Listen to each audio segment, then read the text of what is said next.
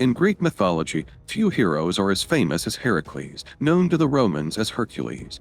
His stories are filled with incredible feats of strength, but also with deep tragedy. To understand the 12 labors, we must first know why Heracles was forced to undertake them.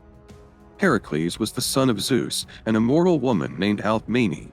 This made him a demigod, blessed with extraordinary power, but also cursed by the jealousy of Hera, Zeus's wife. In one of her cruelest acts, she drove Hercules into a fit of madness. In this state, he unknowingly killed his own wife Megara and their children. When the madness left him, Heracles was overcome with grief and sought a way to atone for this terrible deed. He went to the Oracle of Delphi, seeking guidance. The oracle declared that the only way to purify himself and regain honor was to serve King Eurystheus of Tiryns and perform tasks he commanded. These tasks became known as the 12 labors of Heracles. Each one was meant to test not only his strength but his endurance, courage, and even cleverness. By the time of his fifth labor, Heracles had already faced the Nemean lion, the hydra, the Ceryneian hind, and the Erymanthian boar. These had brought him both glory and fame, but Eurystheus was not pleased. The king wanted to humiliate Heracles, not glorify him. So, for the fifth task, he assigned Heracles something very different.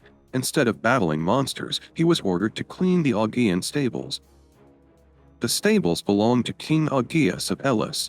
Augeas was said to be the son of Helios, the sun god, and he possessed immense wealth in the form of livestock. His herds included thousands of cattle, goats, and sheep. However, these stables had not been cleaned for many years. Some versions even say over 30 years.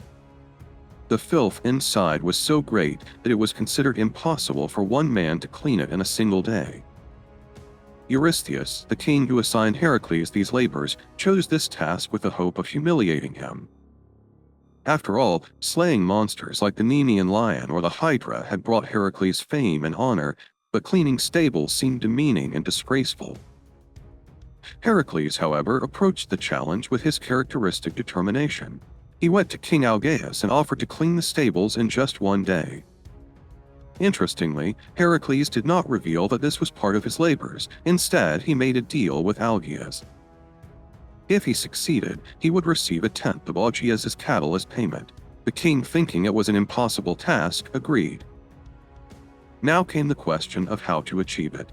Cleaning such a massive buildup of waste by hand was impossible, even for a hero of Heracles' strength.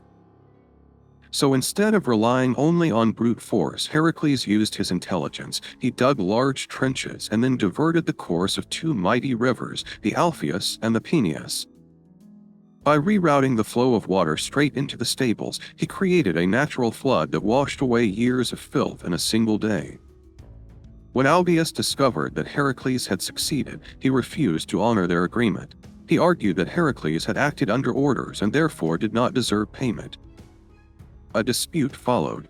Eventually, Heracles took the matter to court. Augeas' own son, who had witnessed the deal, testified in favor of Heracles. In anger, Augeas banished both Heracles and his son from Elis. To complicate things further, King Eurystheus declared that this labor would not count. He argued that because Heracles had been promised payment, it was not a true act of service but rather a job for hire. Thus, although Heracles had completed the task brilliantly, Eurystheus refused to credit it as one of the official labors. Despite this, the story of the Augean Stables highlights an important side of Heracles' character. It was not always raw strength that helped him succeed.